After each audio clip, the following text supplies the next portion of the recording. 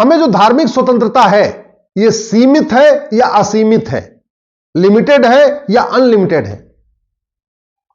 संविधान का आर्टिकल 25 तो कहता है कि बहुत ही लिमिटेड है, कुछ भी करने की स्वतंत्रता नहीं है।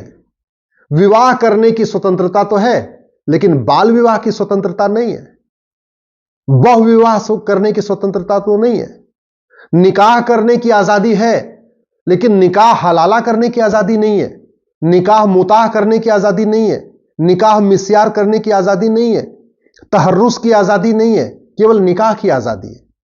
इसी तरीके से हमें प्रथा को फॉलो करने का अधिकार तो है, कुप्रथा फॉलो करने का अधिकार नहीं है।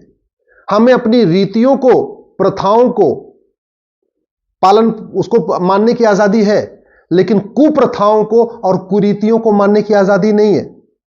भारत का संविधान कहता है हमें प्रेम करने का अधिकार तो है, नफरत करने का अधिकार नहीं है। भारत का संविधान कहता है हमें वैज्ञानिक दृष्टिकोण अपनाने का अधिकार तो है, लेकिन काला जादू दिखाने, अंधविश्वास फैलाने का अधिकार नहीं है। इसलिए संविधान के आर्टिकल 25 में लिखा है subject to public order, health and morality. आपको मजहब की स्वतंत्रता केवल वहीं तक है जिससे पब्लिक ऑर्डर डिस्टर्ब ना हो, इमोरल ना हो, अनइथिकल ना हो, किसी का स्वास्थ्य खराब ना हो, लॉ एंड ऑर्डर डिस्टर्ब ना हो, केवल वहीं तक आपको फ्रीडम ऑफ रिलीजन है, इसके आगे नहीं है। यानी मत का अधिकार है, मतांतरण का नहीं। धर्म का अधिकार है, धर्मांतरण का नहीं। बलि, किसी को मारने का अधिकार नहीं है, बलि देने का अधिकार नहीं है। किसी जानवर को काटने का अधिकार नहीं है। क्यों? यह रीति नहीं हुई, यह तो कुरीति हो गई ना। धार्मिक स्वतंत्रता केवल वही तक है जहां तक ऊपर वाले को चीजें पसंद है। जो ऊपर वाले को नहीं पसंद है उसको मानने की आजादी नहीं है। जैसे ऊपर वाले ने महिला पुरुष को एक समान अधिकार दिया है, एक समान बनाया है। दोनों मां के पेट में 9 महीने रहते हैं, चाहे बेटा हो या बेटी, मां के पेट में 9 महीने रहते हैं। तो अगर आप बेटे और बेटी को बराबर मानते हैं तब तो यह धर्म हुआ, तब तो यह मत हुआ, इसको आप मान सकते हैं। लेकिन बेटे बेटी में आप भेदभाव नहीं कर सकते, संविधान इसकी इजाजत नहीं देता। एक और अच्छी बात लिखी है आर्टिकल 25 में, subject to public order, health, morality and other parts of this part. यानी आपका जो मत है, आपका जो मजहब है, जो आप फॉलो करते हैं, वो भारतीय संस्कृति के अनुरूप होना चाहिए, भारतीय परंपरा के अनुरूप होना चाहिए, भारतीय ज्ञान विज्ञान के अनुरूप होना चाहिए। वो विदेशी कल्चर नहीं होना चाहिए, क्योंकि संविधान भारत का है। इसका मतलब आपको वसुधैव कुटुंबकम को फॉलो करना पड़ेगा अगर भारत में रहना है। आप वसुधैव कुटुंबकम को नहीं मानेंगे तो आपको फ्रीडम ऑफ रिलीजन नहीं होगा। आप नारी तू नारायणी नहीं मानेंगे तो आपको फ्रीडम ऑफ रिलीजन नहीं होगा, क्योंकि भारत की संस्कृति है। बहुत साफ साफ लिखा है, आर्टिकल 25 को ध्यान से पढ़िए। Subject to public order, health, morality and other parts of this constitution. Other parts में क्या क्या आ गया? राइट टू कल्चर आ गया, राइट टू नॉलेज आ गया, राइट टू इंफॉर्मेशन आया, इक्वेलिटी आया, जस्टिस आया, लिबर्टी आया, फ्रेटर्निटी आया, यूनिटी आया, नेशनल इंटीग्रेशन। यानी आप अपने मत को मानते समय, अपने रिलीजन को फॉलो करते समय राष्ट्र प्रथम आपको मानना ही पड़ेगा, सबको समान मानना ही पड़ेगा, महिला पुरुष को एक समान मानना ही पड़ेगा। यह प्रीएम्बल में लिखा हुआ है। ये आर्टिकल 14 कहता है इक्वलिटी बिफोर लॉ, आर्टिकल 15 कहता है भेदभाव नहीं करना, आर्टिकल 16 कहता है सबको समान अवसर देना, आर्टिकल 21 कहता है right to life, liberty, dignity, article 29 कहता है राइट टू कल्चर। तो इसलिए आप भारतीय पंथ को मानिए या विदेशी पंथ को मानिए, लेकिन मत और पंथ मानते समय आपको भारत की संस्कृति के अनुरूप ही व्यवहार करना पड़ेगा। अगर आप भारतीय पंथ मानते हैं, जैसे जैनिज्म हुआ, बुद्धिज्म हुआ, सिखिज्म हुआ, फिर तो आप स्वाभाविक सी बात है भारतीय संस्कृति के अनुरूप व्यवहार करेंगे। अगर आप विदेशी पंथ भी मानते हैं, जैसे फॉरेन रिलीजन क्या हुआ? इस्लाम। फॉरेन रिलीजन क्या हुआ? क्रिश्चियनिटी। जो भी फॉरेन रिलीजन है, आप फॉरेन रिलीजन को मानते हैं, इसके बावजूद भी आपको भारत की संस्कृति मानना पड़ेगा। आपको नारी तू नारायणी मानना ही पड़ेगा। यत्र नारस्ति पूज्यते रमन्ते तत्र देवता। जहां नारी की पूजा होती है वहां देवता वास करते हैं, इसको आपको मानना ही पड़ेगा। वसुधैव कुटुंबकम, पूरी पृथ्वी एक घर है, एक परिवार है, इसको आपको मानना ही पड़ेगा। आप भारत में रह के पाक नापाक वाली थ्योरी नहीं अपना सकते। संविधान का आर्टिकल 25 इसकी इजाजत बिल्कुल नहीं देता। आप अपने स्कूल में ये नहीं सिखा सकते कि हम पाक हैं बाकी लोग नापाक हैं, जो हमारा रिलीजन फॉलो करे वो पाक, जो हमारा रिलीजन न फॉलो करे वो नापाक। ये आप नहीं कर सकते।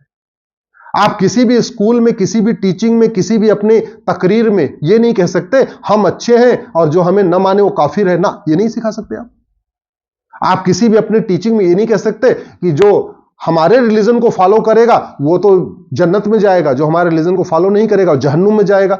संविधान का आर्टिकल 25 इसकी इजाजत नहीं देता। संविधान का आर्टिकल 25 ये भी कहता है आप काला जादू नहीं फैला सकते, आप अंधविश्वास नहीं फैला सकते, आपके जितने भी काम होने चाहिए वो वैज्ञानिक कसौटी पे खरे उतरने चाहिए। आप ऐसे नहीं कह सकते नहीं हमारा जो हमको जो मानेगा उसको तो हूर मिलेगी, 72 हूर मिलेगी, जन्नत मिलेगा, दूध की नदी मिलेगी, केसरी को शराब मिलेगी, हमको जो नहीं मानेगा, हमारे रिलीजन को नहीं मानेगा वो जहन्नुम में जाएगा, उसको जलाया जाएगा। ये नहीं कर सकते, ये काला जादू अंधविश्वास हो जाएगा फिर तो। आर्टिकल 25 को आप ध्यान से समझिए और मैं देश के सभी नेताओं, अभिनेताओं, लेखकों, बुद्धिजीवियों, पत्रकारों, कलमकारों, कवियों, जो भी इन्फ्लुएंशियल लोग हैं उन सबसे निवेदन करता हूं एक बार आर्टिकल 25 को पढ़िए ध्यान से। एक बार न समझ में आए 2 बार पढ़िए, 3 बार पढ़िए, 4 बार पढ़िए, 10 बार पढ़िए। आर्टिकल 25 को पढ़ते समय सारे कामा और फुल स्टॉप को ध्यान से पढ़िए। आर्टिकल 25 को पढ़ते समय अपना चश्मा कैम्ब्रिज का मत रखिए, ऑक्सफोर्ड का चश्मा पहन के भारत के संविधान को मत पढ़िए, भारतीय बन के भारत के संविधान को पढ़िए, भारतीय चश्मे से पढ़िए और खासतौर पे आर्टिकल 25 को पढ़िए। आर्टिकल 25 फिर आपको समझ में आ जाएगा। आर्टिकल 25 कहता है हमको रीतियों का अधिकार तो है, कुरीतियों का नहीं, हमको प्रथा का अधिकार तो है, कुप्रथा को नहीं, हमको समानता का अधिकार तो है, पाक नापाक का नहीं, हमको सबको एक समान मानने, भाईचारे का अधिकार तो है, नफरत का नहीं। ये आर्टिकल 25 इसको कहता है।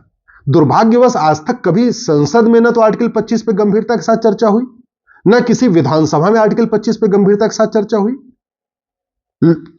किसी भारत के हाईकोर्ट में भी आज तक आर्टिकल 25 पे गंभीरता के साथ चर्चा नहीं हुई। सुप्रीम कोर्ट में जो आर्टिकल 25 पे चर्चा हुई वो भी बड़ी सिलेक्टिव चर्चा हुई। सुप्रीम कोर्ट में जो आर्टिकल 25 के ऊपर चर्चा हुई वो कैम्ब्रिज के चश्मे से हुई है, ऑक्सफोर्ड के चश्मे से हुई है, भारत के चश्मे से हुई नहीं है। अगर आर्टिकल 25 कह रहा है subject to public order, health, morality and other parts of this constitution. Other part का मतलब क्या हुआ? आपको फ्रीडम ऑफ रिलीजन है, आप भारतीय रिलीजन को मानिए या विदेशी रिलीजन को मानिए, लेकिन आपको अल्टीमेटली भारतीय संस्कृति को मानना ही पड़ेगा। आपकी इबादत का तरीका कुछ भी हो, आप चर्च में जाओ, आप नमाज पढ़ो, आप कुछ भी करो, लेकिन आपको भारतीय संस्कृति को मानना ही पड़ेगा। विदेशी संस्कृति को आप फॉलो नहीं कर सकते, विदेशी परंपराओं को आप भारत की परंपराओं पर थोप नहीं सकते। यदि आप भारत के नागरिक हैं, भारत के नागरिक बने रहना चाहते हैं, तो आपको भारतीय संस्कृति, भारतीय परंपरा, भारतीय ज्ञान विज्ञान, भारतीय दर्शन को मानना ही पड़ेगा। आपको वसुधैव कुटुंबकम को मानना ही पड़ेगा। सर्व मंगल मांगल्ये शिवे सर्वार्थ साधिके, सबका कल्याण हो, इसको आपको मानना ही पड़ेगा। यदि आप भारत में रहते हैं, आपकी पूजा पद्धति कुछ भी हो, आपकी इबादत का तरीका कुछ भी हो, लेकिन धर्म की जय हो, अधर्म का नाश हो, प्राणियों में सद्भावना हो, विश्व का कल्याण हो, इसको आपको मानना ही पड़ेगा। आर्टिकल 25 आपको कुछ भी मानने की इजाजत नहीं देता। आर्टिकल 25 किसी जानवर की हत्या करने का अधिकार आपको नहीं देता। आर्टिकल 25 महिला और पुरुष में भेदभाव का अधिकार आपको नहीं देता। आर्टिकल 25 समानता का अधिकार देता, असमानता का नहीं। और वैसे भी ऊपर वाले को तो भेदभाव पसंद ही नहीं है। अगर किसी किताब में महिला पुरुष के अंदर भेदभाव है तो वो ऊपर वाले की किताब नहीं है, वो नीचे वाले की किताब है। अगर कोई ऐसी सोच है कि नहीं महिला पुरुष एक समान नहीं होते, मुस्लिम गैर मुस्लिम समान नहीं होते, हिंदू मुसलमान एक समान नहीं होते, क्रिश्चियन और हिंदू एक समान नहीं होते, तो ये भेदभाव नीचे वालों का है, ऊपर वाले का नहीं। ऊपर वाला सबको पेट में 9 महीने ही रखता है, हिंदू हो या मुसलमान, पारसी हो या ईसाई, बेटा हो या बेटी, पेट में 9 महीने रखता है। ऊपर वाला कोई भेदभाव नहीं करता। इसलिए मेरा आपसे निवेदन है, आर्टिकल 25 को समझिए, इस पे चर्चा करिए, एक बार आप भी गूगल करके पढ़िए और इस वीडियो को अधिक से अधिक शेयर करिए, जिससे लोगों को पता चल जाए कि आर्टिकल 25 जो धार्मिक स्वतंत्रता है उसका मतलब क्या है।